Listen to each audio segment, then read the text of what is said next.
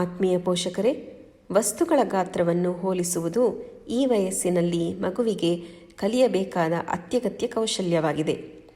ದೊಡ್ಡ ಮತ್ತು ಸಣ್ಣ ವಸ್ತುಗಳನ್ನು ಹೋಲಿಸುವ ಬಗ್ಗೆ ನಿಮ್ಮ ಮಗುವಿಗೆ ಕಲಿಸಲು ಒಂದು ಆಟವನ್ನು ಆಡೋಣ. ಬನ್ನಿ, ನಾವು ಆಟವನ್ನು ಆಡೋಣ. ನಿಮ್ಮ ವಸ್ತುಗಳು ಮತ್ತು ನಿಮ್ಮ ಮಗುವಿನ ವಸ್ತುಗಳ ಜೋಡಿಗಳನ್ನು ಮಾಡಿ. ಯಾವ ವಸ್ತು ದೊಡ್ಡದು ಮತ್ತು ಯಾವುದು ಚಿಕ್ಕದು ಎಂದು ಹೋಲಿಸಲು ಅವರನ್ನು ಕೇಳಿ. ನಿಮ್ಮ ವಸ್ತು ಅವರ ವಸ್ತುಗಿಂತ ದೊಡ್ಡದಾಗಿದೆ ಎಂದು ಅವರು ಏಕೆ ಭಾವಿಸುತ್ತಾರೆ ಎಂದು ನಿಮ್ಮ ಮಗುವಿಗೆ ಕೇಳಿ. ಕೆಲವೊಂದು ವಸ್ತುಗಳಿವೆ. ಇದರಲ್ಲಿ ಈ ವಸ್ತುಗಳಲ್ಲಿ ಕೆಲವು ಚಿಕ್ಕದಿದೆ, ಕೆಲವು ದೊಡ್ಡದಿದೆ, ಮತ್ತೆ ಬೇರೆ ಬೇರೆ ಐಟಮ್ಸ್ಗಳಿವೆ. ಇದರಲ್ಲಿ ಪ್ಲೇಟ್ಸ್ ಇವೆ, ಬಾಲ್ಸ್ ಇವೆ, ಬುಕ್ಸ್ ಇವೆ, ಬ್ರಷ್ ಇವೆ, ಮತ್ತೆ ಆಮೇಲೆ ಇಲ್ಲಿ ಬಟ್ಟೆಗಳಿವೆ, ಟೀ ಶರ್ಟ್, ಆಮೇಲೆ ಏನಂದ್ರೆ ಸ್ಯಾಂಡಲ್ ಇದೆ, ಚಪ್ಪಲಿ ಇವೆ ಇಲ್ಲಿ, ಅಲ್ವಾ? ನಾನು ಇವಾಗ ಇದು ದೊಡ್ಡದು ಚಿಕ್ಕದು ಯಾವುದು ಅಂತ ಫಸ್ಟ್ ಹೇಳಿ. ನಾ ಈ ಬಾಲ್ ಅಲ್ಲಿ ಎಕ್ಸಾಂಪಲ್ ಎರಡೇ ಕೊಡ್ತೀನಿ ನಾನು, ಆಮೇಲೆ ನೀನ್ ಹೇಳ್ಬೇಕಾಯ್ತಾ? ಓಕೆ, ಈ ಬಾಲು 2 ಬಾಲ್ ತಗೊಂಡಿದ್ದೇನೆ.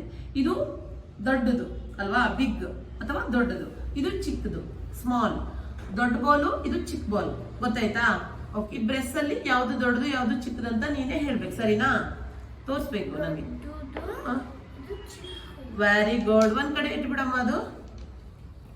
ಓಕೆ ಓಕೆ, ಇದು ನಿಧಾನ ಇಟ್ಕೊಡ್ಬೇಕು. ಇದು ಪ್ಲೇಟ್ ಅಲ್ವಾ? ಓಕೆ, ಇದ್ರಲ್ಲಿ ದೊಡ್ಡದು ಯಾವ್ದು ಚಿಕ್ಕದು ಯಾವ್ದು ಹೇಳು ನೋಡೋಣ. ನಿಧಾನಕ್ಕೆ ಇಡು ಪುಟ್ಟ, ಅದು ನಿಧಾನಕ್ಕೆ ಇಟ್ಬಿಡು. ಇದು ದೊಡ್ಡದಲ್ವಾ? ಪ್ಲೇಟ್ ಅಲ್ಲಿ ಇದು ದೊಡ್ಡದು ಚಿಕ್ಕದು ಅಲ್ವಾ? Very good. ಓಕೆ ಓಕೆ, ಈ ಚಪ್ಪಲಿಯಲ್ಲಿ ಯಾವ ದೊಡ್ಡದು ಯಾವ ಚಿಕ್ಕದು ತೋರ್ಸು ನೋಡೋಣ. ಇದು ದೊಡ್ಡದಲ್ವಾ? ಚಿಕ್ಕದು. Very good. ಓಕೆ, ಬಾಲ್ ಅಲ್ಲಿ ಹೇಳು ನೋಡೋಣ. ಇದು ಚಿಕ್ಕದು. Very good. ನಿನ್ ತಮ್ಮನ ಬಟ್ಟೆ ಯಾಕಾಗಲ್ಲ?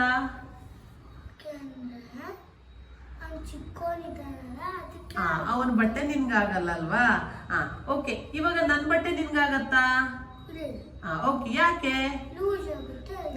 Very good. ನಿಮ್ಮ ಮಗು ತಪ್ಪು ಮಾಡಿದರೆ ಪರವಾಗಿಲ್ಲ ಎಂಬುದನ್ನು ನೆನಪಿಡಿ. ಅವರು ಹಾಗೆಯೇ ಕಲಿಯುತ್ತಾರೆ.